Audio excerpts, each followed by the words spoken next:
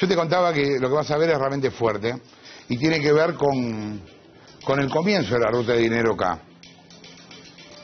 En un rato, Luciana Gebra nos va a contar todo lo que la justicia tendría que haber hecho y no hizo para investigar la ruta del dinero K. Pero yo antes te quiero mostrar cómo la gente de Lázaro Báez, aprovechó esas demoras para llevarse pruebas. Y es gracioso porque hoy, por ejemplo, aparece una nota en La Nación diciendo que hay pocas pruebas del lavado. Bueno, miren, ahora van a tener una de que algo pasaba. Lo que vas a ver empieza el viernes 12 de abril a las 14:20. Viernes 12 de abril a las 14:20. Es una cámara de seguridad del Madero Center. Acordate que el programa salió el domingo 14 de abril. O sea, evidentemente ellos ya sabían, porque ya habíamos entrevistado a mucha gente y por otro lado es probable que tengamos los teléfonos pinchados, que el programa iba a salir el domingo. Entonces, ¿qué hicieron? El viernes 12 empezaron a sacar cosas. ¿Y sabes hasta cuándo sacaron cosas? Hasta el 18 de abril, que es el día del primer allanamiento. Ahí llegó el general Alaiz, Casanelo, tarde.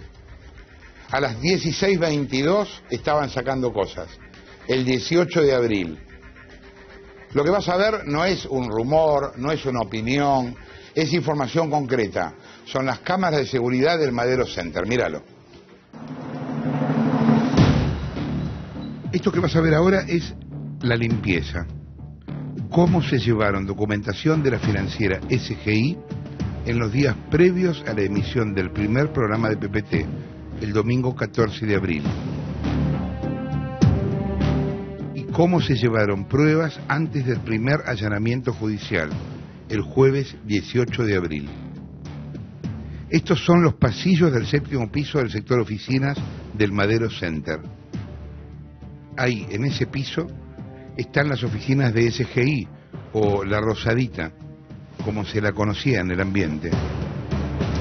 En este plano, a la derecha está la oficina B, y a la izquierda la oficina C. Lo que estás viendo son los registros de las dos cámaras de seguridad del pasillo del 7º piso, prueba que está en poder de la justicia. El primer registro es del viernes 12 de abril, 2 días antes de que saliera el programa. A esta altura, Daniel Pérez Gadín, el contador de Lázaro Báez, que se quedó con la financiera de Eláscar, ya sabía lo que íbamos a revelar en el programa del domingo. A las 14:20, 2 hombres salen de la oficina B con changuitos cargados de papeles, cajas, biblioratos y hasta el cajón de un escritorio repleto de documentos. Los trasladan a la otra oficina de SGI, la C. 5 minutos después, a las 14:25, los 2 hombres salen con los changos vacíos. Van por más. Están de mudanza. Vuelven otra vez con los changos cargados. Trasladan más papeles de una oficina a otra. En el segundo registro podemos ver cómo de la misma oficina a la que antes mudaron la documentación, la del 7º C, ahora un hombre abre la puerta y hace salir a otros 4 que llevan bolsos. Caminan por el pasillo, se detienen frente al ascensor y finalmente deciden irse por la escalera. Son las 16:07 del viernes 12 de abril. Acordate, esto es 2 días antes de la emisión de nuestro primer programa. Le pregunté, Leo, ¿de quién es esta plata? De Lázaro. Donde Eláscar iba a contar cómo lavó 55 millones de euros para Lázaro Báez. Sigue la mudanza. Sigue el movimiento. Entra un hombre con una mochila. Entra otro con cajas. Salen una señora y un hombre. Llegan otros 2. Y uno más. Y otros 2. Y salen 5. Esperan el ascensor, pero terminan yéndose por la escalera. El movimiento no para. Vuelve uno con un chango. Sale más gente. A esta altura, el pasillo del 7º piso de Madero Center parece Florida a las 5 de la tarde. Ahora estamos en los registros del día jueves 18 de abril, es decir, 4 días después de la emisión del primer programa de PPT. Estas imágenes fueron tomadas con la cámara de seguridad, ubicada en el lado opuesto del pasillo respecto de la que vimos antes. Estamos ahora del otro lado de los ascensores. Un hombre y una mujer salen de otra de las oficinas de SGI, la oficina del séptimo B. El hombre lleva una computadora. Se dirigen al ascensor, esperan y desaparecen. A partir de ahí empieza el desfile de los changuitos. Todas las personas que salen de SGI llevan papeles, cajas, carpetas. Todas se dirigen a un mismo lugar, el ascensor. Los changuitos salen llenos, bajan y vuelven vacíos, y vuelven a salir llenos.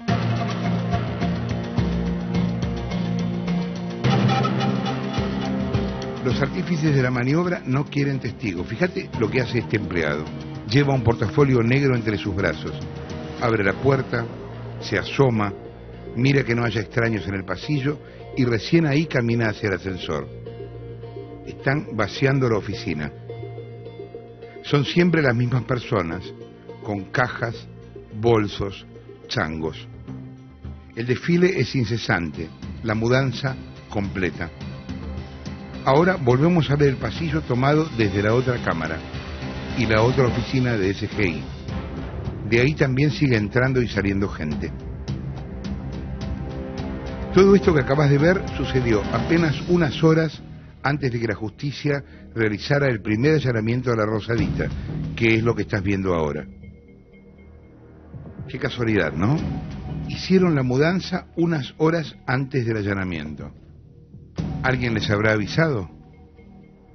Ese día, 18 de abril, a las 16:22, antes de que llegara la Policía de Seguridad Aeroportuaria para allanar, un hombre salió de las oficinas de SGI. Míralo, es el jefe, Daniel Pérez Gadín, el contador de Lázaro Báez.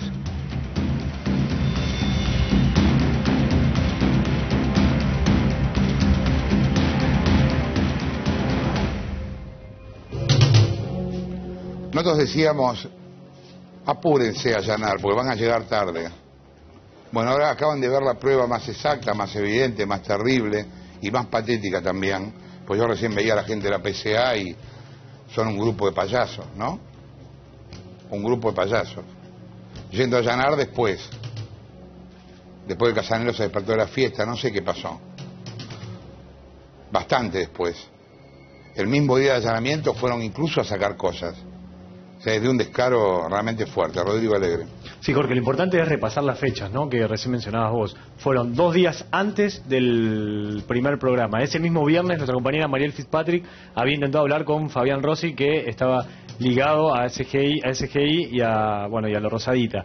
Después, 4 días después del primer programa, y después el mismo día, el 18 de abril. En casi todos los casos la filmación dura mucho tiempo, hay varias horas de filmación, y participan empleados de SGI, o sea, de la Rosadita, y también participan miembros de la Fuerza de Seguridad. ¿Por qué miembros de la Fuerza de Seguridad? Porque hay gente de prefectura, miembro de prefectura, que cobran adicionales por estar dentro de SGI. Ellos son los que participan del vaciamiento en los 3 días constantemente, ¿no? Bien, hay varios nombres alrededor de esto, aparte de Pérez Gadín, está el de Martín Báez, el hijo de Lázaro Báez, que también está imputado, el de Pérez Gadín, el contador, el de Jorge Chueco, que es otra de las personas que cuando se conoció el pedido del fiscal Campagnoli también aparece, y hubo un viaje de Martín Báez, Pérez Gadín y Jorge Chueco a Suiza. Luciana Geuna. ¿Cómo estás? ¿Cómo va? Bien. Nosotros habíamos contado, ¿te acordás lo de la cuenta en Suiza? Que a esta altura parece que hubiera quedado muy lejos, pero es una parte esencial de lo que habíamos contado, que es que hay una cuenta en Suiza en el Banco Lombardo Bien. El banco, también habíamos contado que nos confirmaron en Suiza, que les dijo que cerraran esa cuenta en el 2012. Por operaciones sospechosas. Por operaciones sospechosas. Bueno, ¿qué es lo que tenemos ahora? Tenemos confirmado que Martín Báez con Daniel Pérez Gadín y Jorge Chueco, que es el socio, es el abogado, de alguna manera los que armaron todo el entramado de sociedades en el exterior después de Láscar y Fariña, una vez que se pelean y se corta esa relación, son Pérez Gadín y Chueco. Ellos tres viajaron juntos a Ginebra.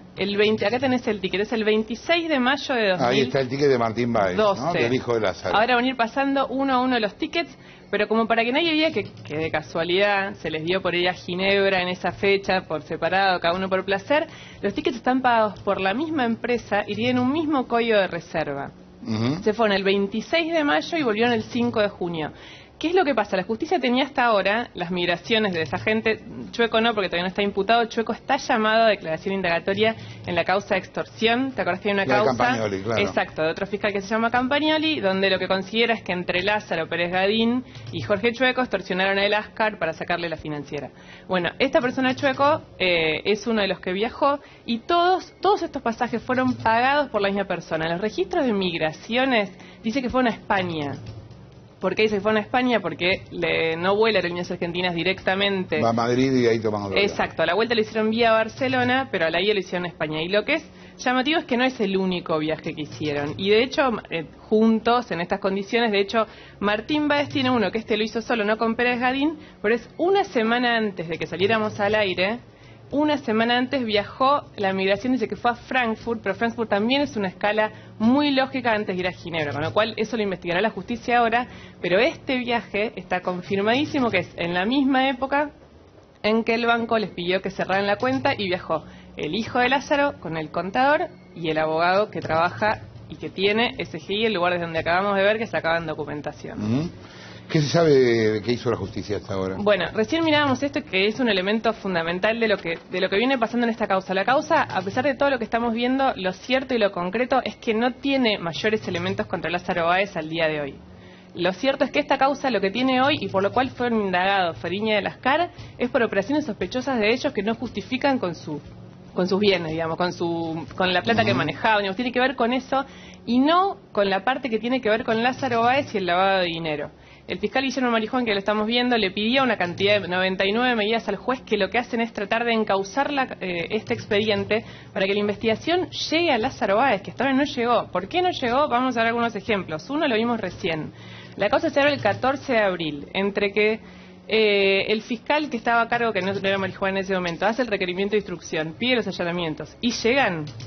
Pasaron 4 días. Acabamos de ver todo lo que pasó antes de que llegaran, con lo cual, si queremos saber qué es todo lo que encontraron en ese allanamiento, es una caja de un reloj que pertenecía a Lázaro Báez.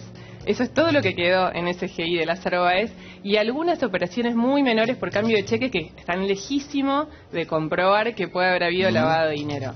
Digo, esto tiene que ver de alguna manera con la demora de la justicia. Después tenemos el caso de Carrió. El 21 de mayo Carrió presentó los famosos videos donde no sabemos si están vinculados con lo que nosotros estábamos contando de la causa principal, pero lo cierto es que es muy llamativo que se veía claramente, como después en otro programa, sacaban muchísima documentación de su casa y la mandaban a una estancia.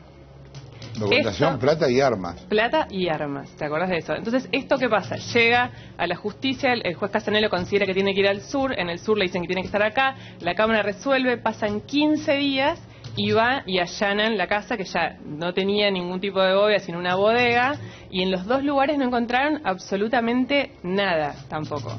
Con lo cual, lo cierto es que hasta ahora la causa con respecto al lavado de dinero de Lázaro Báez tiene muy poco. Estos dos elementos que nosotros acabamos de probar claramente tienen que entrar a la investigación y tienen que ser elementales. Los videos están en poder de la justicia, están siendo peritados. Bueno, acabamos de mostrar lo que hay, es un elemento muy importante. Daniel Pérez Gadín está imputado y esto es encubrimiento acá y en la China, digamos. Sacar la prueba del lugar que está siendo investigado es encubrimiento. No estamos hablando de la casa de Lázaro que queda en el sur y que no sabemos cuáles sean los papeles. Acá están los papeles de SGI que fueron sacados. Y con Fariña y Láscar hablaron, ¿no? Esta semana hablaron los dos.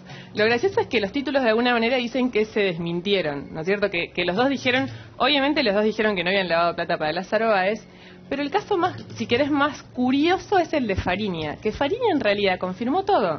O sea, Fariña lo único que no confirmó fue que él había lavado plata para Lázaro Báez. Él dijo que lo único que no había hecho es armar operaciones en el exterior para sacar plata.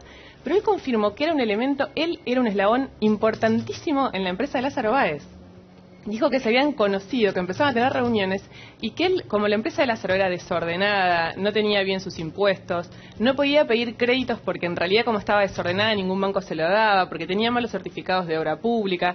Por esa cantidad de cosas Lázaro le da nada menos que el poder para auditar toda su empresa y para encontrar una manera de sanearla financieramente. Y que lo que él considera es que es importante tener de su lado a Lascar le parecía que la financiera de Lascar iba a funcionar. En ese proceso él habla de todos los personajes que estamos hablando. Reconoce que existe Pérez Gadín, reconoce que existe él, que hace el trabajo que hace, que está el Lascar, que está todo el mundo que nosotros venimos nombrando. Él lo confirma en realidad. Lo que sí hace es decir, algo que es muy curioso, que es que él dijo un montón de mentiras con respecto al lavado de dinero porque él quería que la justicia federal lo investigue a él para que de alguna manera se lave su nombre. Y usó él dice que mintió para que se lavara su nombre. Sí, escucha esto. Usó lo de la estafa de Marshall.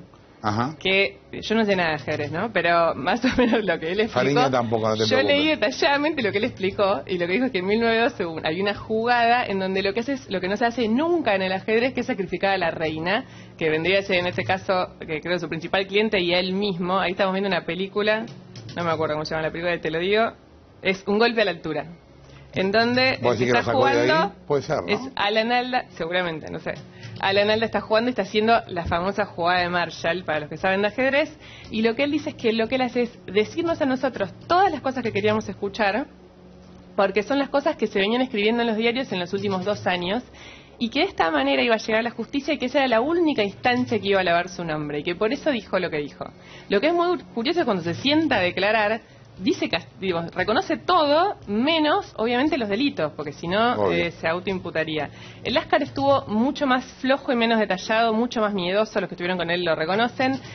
Casi todo lo que dijo se fue cayendo a medida que hablaba y en realidad se basó en un escrito que presentó él en donde decía que ni siquiera había, digamos, no coincidía las fechas en que se había conocido con Fariña, negaba toda relación de Fariña, decía que SGI no había tenido ningún trato con Leo Fariña ni con Lázaro Báez, cuando ahí mismo le presentaron, el juez le presentó un papel donde constan todas las operaciones de SGI en 3 meses y figuraba claramente como Fariña operaba como cliente. En ese sentido, el Lascar quedó muy expuesto porque presentó un escrito y cuando empezaron las preguntas terminó en un problema. Por eso en un momento se descompuso y pidió seguir otro día. Cuando siguió otro día tuvo que reconocer varias cosas, pero en principio el Lascar es el que está, digamos, peor parado en cuanto a lo que dijo en la justicia. Bien, vamos a hablar un cachito de Lascar. Te vamos a mostrar algo que hasta ahora no habíamos querido mostrar, porque nos parecía que no había por qué contar los entretelones de la investigación, los entretelones de la nota, ¿no? En general eso no se hace para proteger a las fuentes. En este caso, una de nuestras fuentes era el Lascar.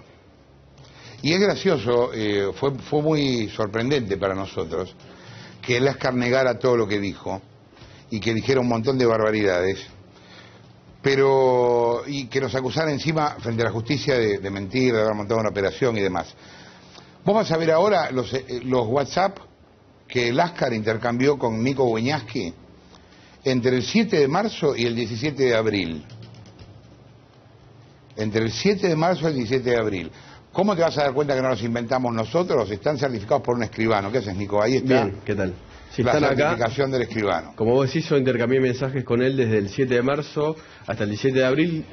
Creo que lo conocí el 6 de marzo o el 5 en una oficina en el centro porteño. Ese mismo día, cuando yo llegué y me lo presentaron, él tenía en el papel, en la mesa en la que estaba sentado, los papeles, los documentos de Tigan. Tigan es una de las empresas con las que se lavó plata, que él dice que no conoce, y él nos dio los originales de Tigan. Claro. Porque aparte, ¿de dónde carajo vamos a sacar nosotros originales de una empresa hecha en Panamá para lavar plata? O sea, no los encontramos en la vereda, nos lo dio alguien. ¿Quién nos lo dio? El Lascar. Los papeles originales, no solo de la creación de la sociedad en Panamá, sino además de los registros bancarios que muestran que desde SGI se giraron 1,5 millones de pesos por fuera del sistema legal a la cuenta de Tigan en Suiza. Efectivamente, nos lo dio él, los tenía él ese día. Ese mismo día yo hablé varias horas con él.